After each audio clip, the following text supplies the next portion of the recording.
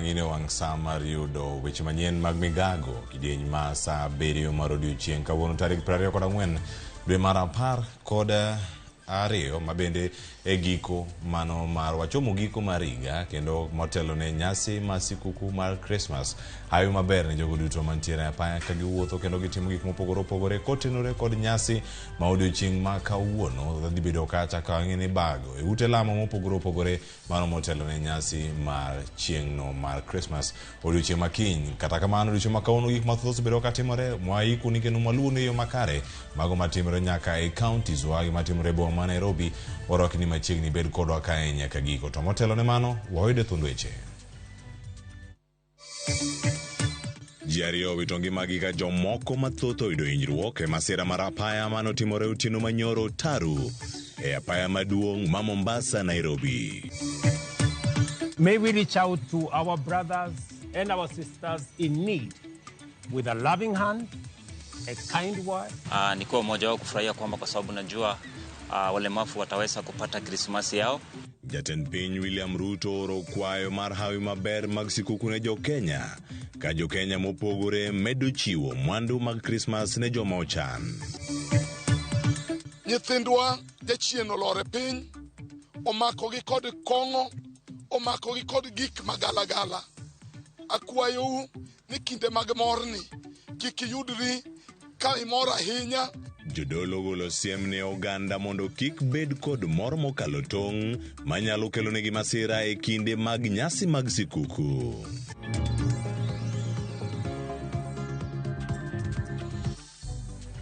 Ramogi jwang' yud lendo maka magi achiel kachiel kokalo e mbui mag Ramogi TV e Facebook, X kachiel kodaka mbui no mano mar YouTube kama ntiere kaka achiel kachiel moko bende ang'i yudgi ka diponi ok yudo thuolo maneno gi sani yudgi achiel kachiel e mbui mag Instagram, TikTok bende wantie yudo kuonde go duto en Ramogi TV. An bende tudi koda e Facebook fan page mara yuda kacha Cleophas Oluoch ka SMS yoronwa ote machuok ikonwa ne yudo ayo machal nade Jumapil ma kawuono tarik 24 dwe mar 11 dwe mar 12 higa mar 2023 intie e yo machal nade machiegni nyakora Ramogi jwang' bed kod nyaka giko e weche manyien mag Migago.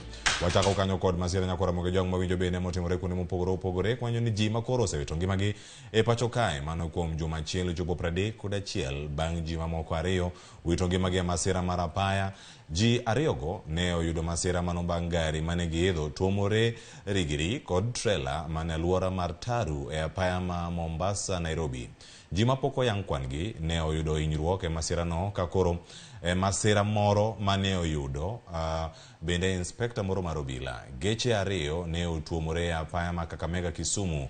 Obila moko bende ne oyudo hinyruok kendo koro yudo thieth ka duol ma ochung' ne rango ngima jowuoth koro kwayo mondo Jo-Kenya obed motang' e apeyni e kindegi mag sikuku.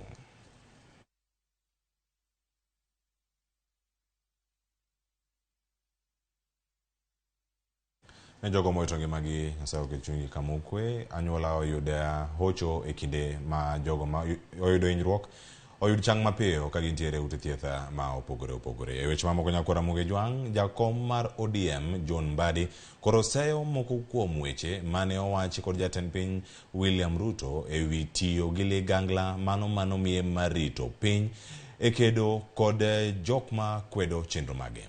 Mbadi ne olose gwenge mago mag Rangwe yango ni ligangla mano mi jatend piny en kido mar kwe kendo riwo wi jopiny kanyakla ma opogore gi ma jatend piny Kenya nowacho ni kowacho ni onego non weche Ruto matut. Lipot makama bende koro silwedo kod jaod bura mar Rangwe Lilian Gogo ma koro dwaro Ruto mondo mi ochiw luor ne jotelo duto e bero lek mag dongruok.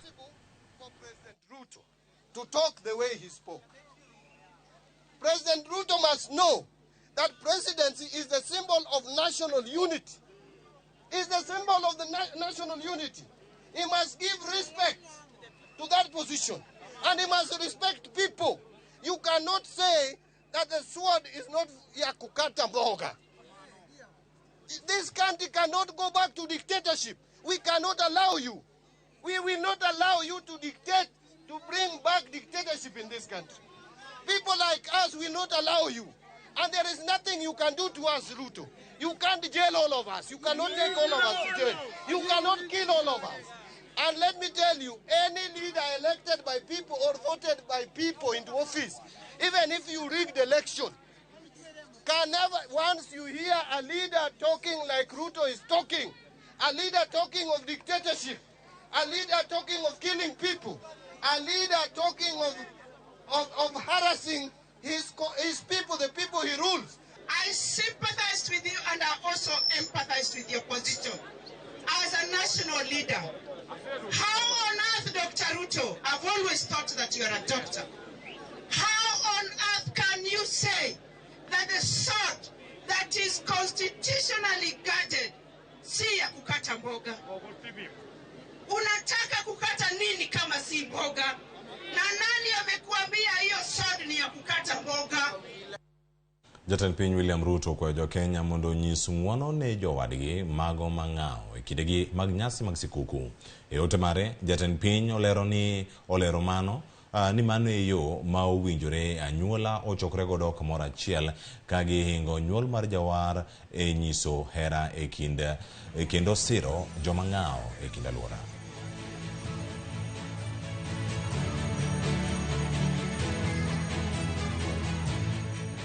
Hello, children. And how are you? Wonderful. Let me ask you something. How many of you know why we celebrate Christmas? Once again, the time has come for us to gather as families, as communities, and as a nation to commemorate a singular event, the birth of the world's most transformative individual, Jesus Christ. Christmas is our time to be encouraged by the fact that when Almighty God willed to dwell among us, He chose a couple from a humble background as the home of our Savior to remind ourselves that our humble, limited means are nothing but the starting point for better and greater things. As we gather with our families and our communities to celebrate the joyous occasion of the birth of Jesus Christ, may we reach out to our brothers and our sisters in need with a loving hand, a kind word, a warm meal, and other gifts and acts of loving kindness and goodwill. Most of all, primarily, very important, that we pray for them. As we celebrate with our loved ones, let's cherish the bonds that make us a resilient and vibrant nation. Together, let us look forward to a new year filled with hope, progress, and shared prosperity. Season's greetings, and may the coming year bring you peace, joy, and fulfillment. Merry Christmas and a happy New Year 2024. Awamba kuni manasani Merry Christmas na wichopokanyo yo makare. Moko kuom jodolo e county ma Homa Bay onyiso ganda mondo kik gibed gi mor ma okalo tong' manyalo kelonegi masira gi midhiero ma opogore e kindeni ma nyasi mag Christmas kod mar Rihao higa manyien dhi nyime.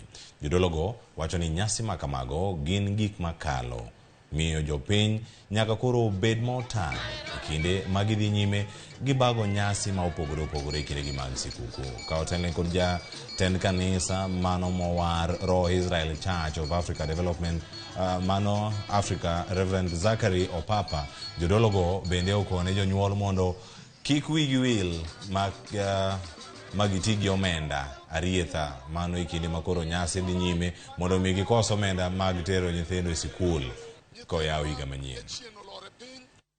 Omako gi kod kongo, omako gi kod gik magalagala. Akwayo ni kinde mag morni kik yudri ka imor ahinya ipoka ngimani orume ndara, ipoka higa okorumo ka pod ngima. Jonyuol oriti nyithindo kinde mwachomo mag skul pek jabedo sama nyithindo odhi e skul tibiro yudo ka pesa ma samoro watiyo godo e nyasi mag mortegi samoro nyalo tamo nyathi modhi sikul. Miyo watemuru watu nyithindwagi giritre gi kendi giwegi mondo Nyasache oting'gi malo ne kichgi ne kinde mabiro. Chuny dhano obed kod kwe kod geno kuom wach Nyasaye, mondo ji obed osiki kuom Nyasaye seche duto, eka wabiro bedo kod ngima makoro ok wanyal bedo kod chandruok. Kwa chopo wach kamachielo ni wakwayo e ng'wono mar Nyasaye mondo gwedhwa e Kenya ma wantie. Sirikal mar Kenya olosre, Nyasaye bed kod jaka kore mondo sirikal mar Kenya orit Kenya yor ng'wono. Kok irito nyathini ema kiny ka idhi ya skul tibiro yudo ka nyathini ni kod ich, nyathini nosalal kod wuoyi moro matin. Omiyo watem matek wang'i nyithindo nikech gin magwa nwasemiyowa gi mondo waritgi. Da kwa joma mine ni wamakuru wach Nyasaye motegno moloyo dwaro mar piny. Da chaka ng'is mine ni kuom utewa mwadake wabed gi kwe kendo waket chuny jok mwadak go e utewa mos mondo mwakani ogo kodwa maber kendo kiny ochak kodwa maber, nikech ka ot ok nigi kwe to ber onge odno. Regional Coordinator Mano Paul Rotich koro kwayo nywako ni kedo kod nok mar arita e kind oganda kod apisas mag arita mar neno ni orida arita e kinde nyasi mag sikuku. Rotich wacho ni jopiny oriwre kod apisas mag arita mondo mi tich koriwre kod apisas tich biro bedo mayot e fwenyo kendo kedo gi jogo machano weche njore mondo arita obede o makare pachoka duto. Kane loso e apisi mare e kaunti ma Embu, Rotich okwayo ng'ata mondo mi otim kare mar neno ni kwe obetie.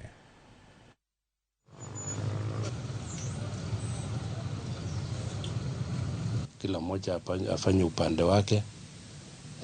Kama we ni mwananchi, kuna vile unaweza changia kwa usalama. Walinda usalama pia watafanya upande wao. Tushirikiane na bila shaka tutahakikisha kwamba jamii zetu itakuwa salama kwa kila mtu. Tuko maofisa wa NTSA, sio hao maofisa kuhakikisha kwamba tumepunguza ajali barabarani. Ni discipline yetu sisi wenyewe, tukiwa watumiaji wa barabara, ukiwa dereva, ukiwa abiria. Jatingdai mar William Ruto Faruk Kibet okone oganda mawuok Imbo mar Kenya mondo miyo sirmise piny owacho kod dongruok mago maga Faruk Kibet mane olonso Malaba okone sirkal ni kod chenro mag tieko gedo mag alap ma tuke kaka moting'o nyaka ma Bukungu Stadium. Jotelo koro kwayo jo Kenya mondo miyo bed kod horuok kod piny owacho ni mar sirkal timo duto manyalore mar bedo e lwasi mar ngima makare kata bero lwasi mangima odake ma jopiny odake. Kwa sababu ya mambo matatu, ule mkono mwenye alikuwa amepeleka faktori yetu ya Mumias kotini ametoroka. Kwa sababu ya mambo matatu, saa hii Butali Sugar inalipa 6,050 shillings a ton. Hawa watu ya Kakamega hawa hawezi kutoroka sisi. Si hawa ndio tunafanyia kazi. Ama nyinyi watu ya Kabarasi mnataka tufanye kazi na nyinyi ama na Savula? Mnataka kufanya kazi na kina nani? Ile kitu Boni amesema ni ukweli. Sio mbaya kujenga hiyo barabara amesema, lakini pia kumbukeni watu ya Malaba tufanye kazi na wao. So nataka niwaulize hao vijana, tunaenda kufungua mpira ya hao saa hii, hao wasichana, na kisha tufungue ya wanaume. Next year nataka niwapatie changamoto. Nitakuja hapa Malaba na nataka niombe Boni tutafute timu kutoka Rift Valley ishindane na watu hapa.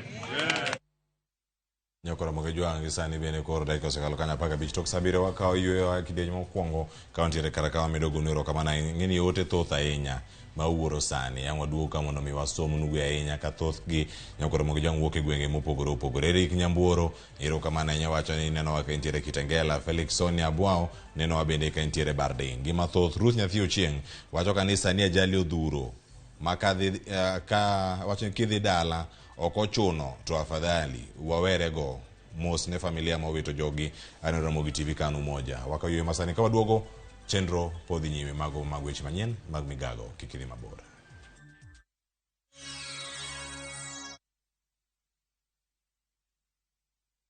Christmas comes early na View sasa. Jishindie shilingi milioni 3 kwenye draw kubwa msimu huu wa Krismasi. Huenda bahati ni yako. Cheki content noma pale View sasa. Kisha piga *487*3#. Chagua jipange na View sasa. Kisha chagua video package. Ujipatie points na uongeze uwezekano wako wa kushinda mamilioni. Kumbuka pia kuna washindi wa shilingi 1,100 kila siku na shilingi 1,500 kila wiki. Jipange ushinde mamilioni na View sasa. Piga *487*3# sasa. Terms and conditions apply.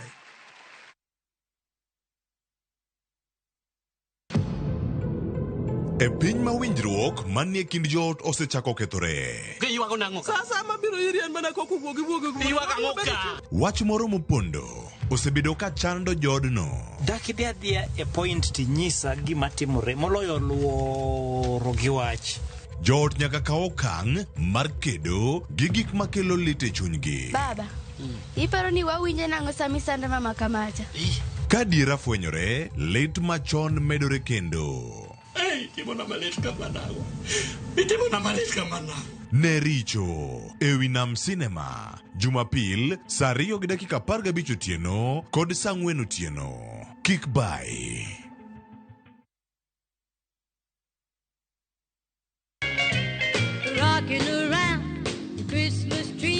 E kindegi mag nyasi mar sikuku, wariwre uru kanyakla ka waparo nyuol mar Yesu Kristo. Riwri kodwa ka wakelo ni tuke mag nyithindo. Ino kendi kendo. To koro wadhi bet kamoro achiel mana kaka chon. Parane mor kodilo mane wantiere godo e sinema mag Christmas. Yien mar Christmas. Bese loso yien mar Christmas cha. Warwakuru mor mar Christmas mondo opong' e chunywa. Donje nyasi mag mor ka wakelo ni wende mag Christmas. Ramogi TV en kama ber mar bedo e kinde nyasi mar Christmas.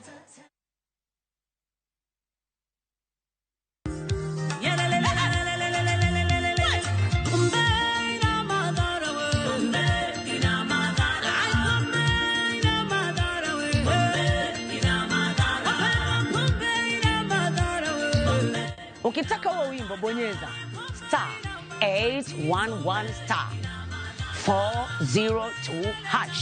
Kumbuka, Skiza na Citizen ndiyo nyumbani kwa wasanii wote. Ho, ho, ho!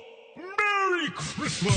Ukishasikia hivyo, unajua shabiki Santa ako area na Krisi itabamba mbaya. Jumage Santa ina give magoodies kibao. Imagine, kila siku kuna wase 25 shabiki Santa anawajenga tao. Alafu, on Krisi na New Year, wase wengine 25, kila mtu 5K. Ndio shabiki Santa ya kujenge, uingie kwenye shabiki.com, wekelea 99 bob or more. Cheza tu game yoyote, alafu sasa utulie, Santa akutafute. Kula Krisi kishabiki. Play responsibly. Betting can be addictive. Not recommended for persons under the age of 18. Authorized by BCLB. License number 587.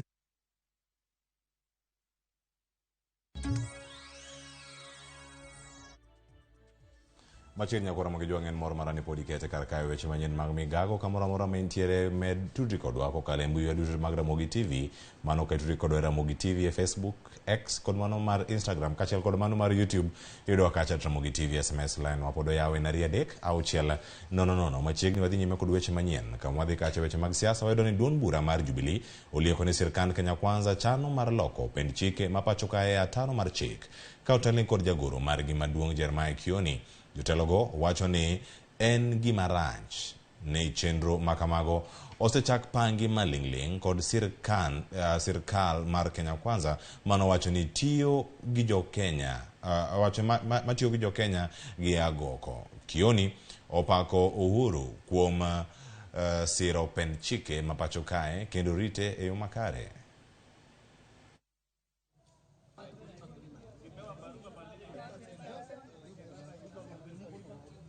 He can never lie to the fact that it was Jubilee that was given the initial responsibility of implementing our constitution. And for 10 years, Uhuru remained loyal and faithful to the constitution. He never attempted to amend it through the back door. We now see a regime that is keen on amending the constitution through the back door. Amendments that requires a referendum, they want to introduce them through parliament. Why we need a strong Jubilee is because we need a strong voice to say no to mutilation of our constitution. Tuko na shinda na viongozi ambao walichaguliwa wa Kenya kwisha, sababu wao ni waongo, na ukiona mtu mwongo yuko mbali na mwizi. Hao ni watu ambao wako karibu nyumba moja. Tukumbuke mtu anaitwa William Samoei Ruto, yeye ni mwanafunzi wa kisiasa wa hayati marehemu Moi, na yale Moi alitutendea kama watu wa mlima hatuwezi tukasahau. Na ndio tunasema wakati umefika tuseme yamekwisha na tumepata shinda za kutosha. Ni lazima tuhamasishe watu wetu wa mlima tuamuke na turundi kule tulikokuwa. Jodbura makarachuonyo adipo kuome okone piny owacho kokale Migago mar omenda mondo ogol ne jodbura omenda mar chwalo chenro mag dongruok e kuonde chung' ute buche duto kata mano mar CDF. Ka okoni thoth jonyuol madhi tero nyithindgi e sikunde dwe manyien mano higa mar 2024 moko kuomgi dhi moko erot dhi moko erot poni omenda no okogol mapiyo.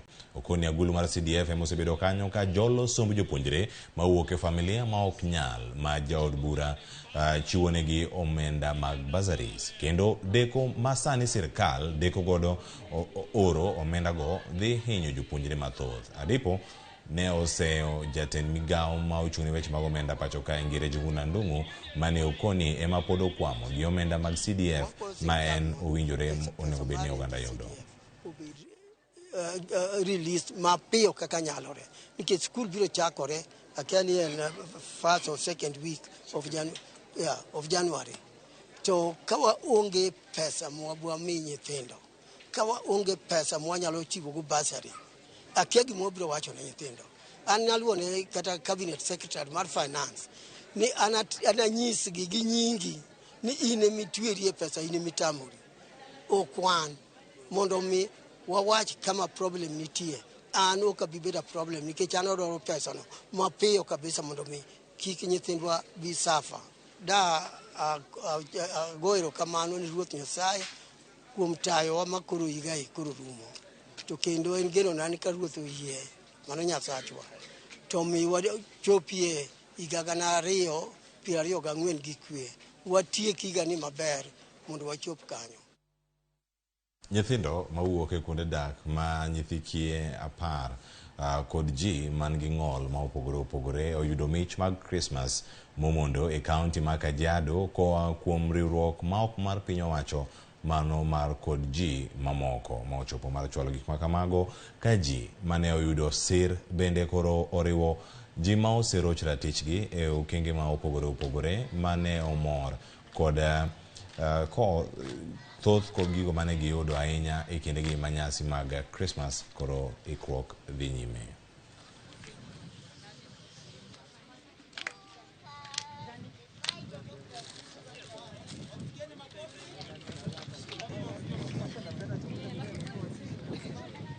Umetupa chakula na tunashukuru sana kwa sababu at least watoto wamepata chakula vile mumeona. Tunakuwa na watoto of different categories in these centers.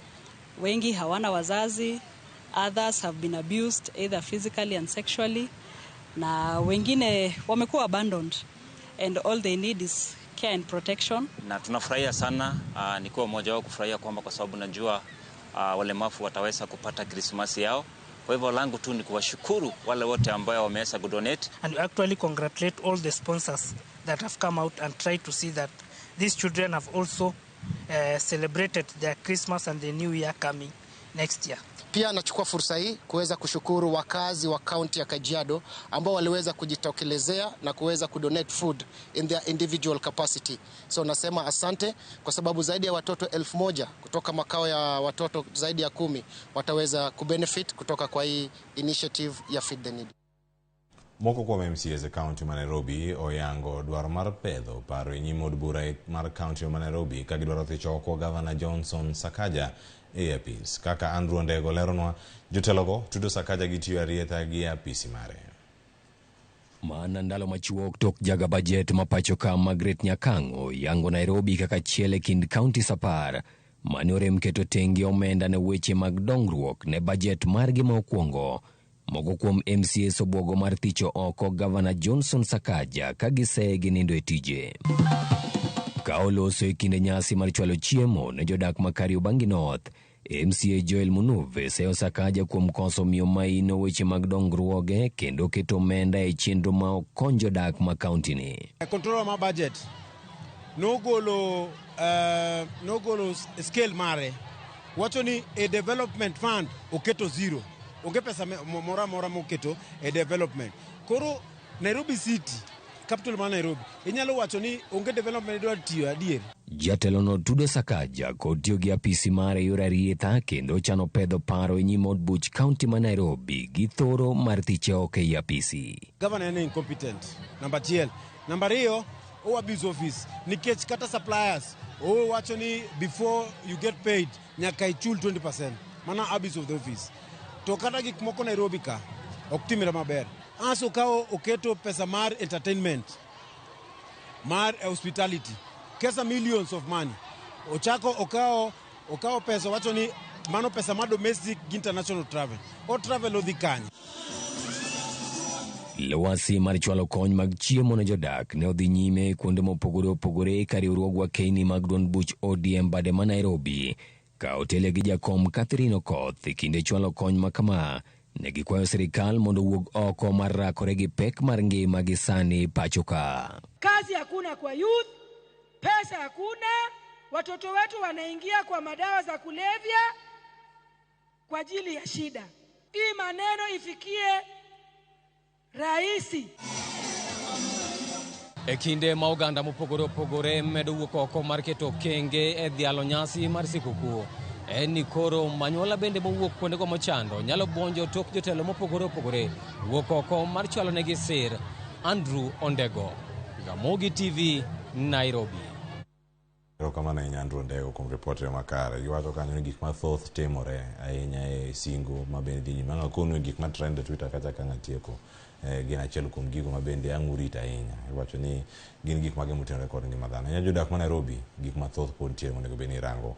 Warangane ikruok podi ne wechegi mag sikuku mago kod mag Christmas. Koro ka jopuonjre manyiri manokadho na michumbi. Koro ji mondo mi wuog oko mar somo lony mopogore opogore motenore gi somo mago mag science. Kinde mathoth makoro osebedo kanyo ka iweyo ne joma chuo. Ma en bang' yangore ni thoth thuolo mag tije masani yudore gin mago motenore gi somo maka mago mabende tudore gi lony manyasani mag yore mag mbui.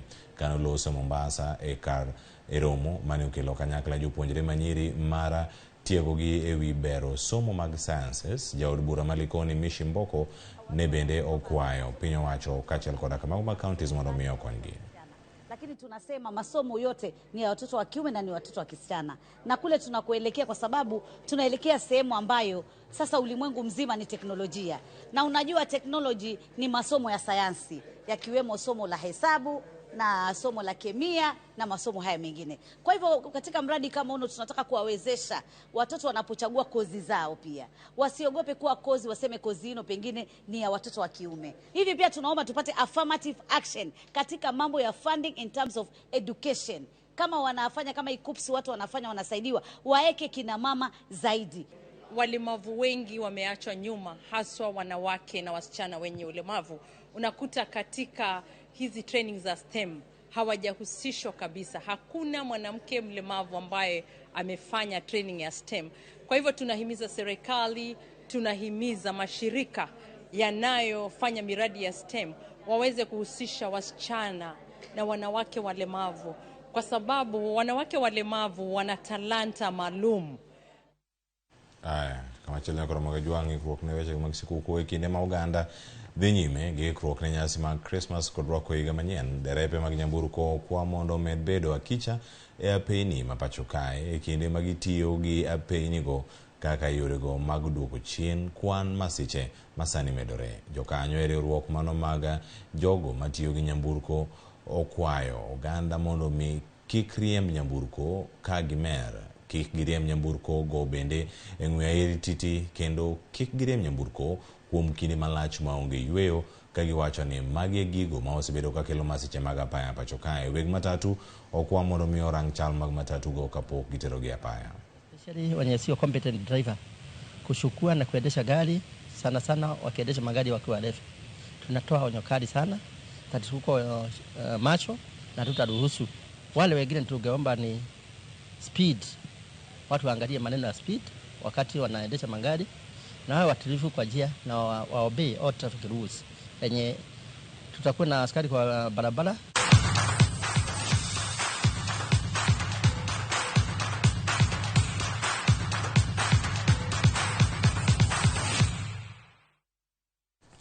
Machigre weche tuke nyakoro mogijwa ngata singo nini wakadhi chako gimano mar Manchester United kana kuyude nyoro kange yude koro sane achaka gi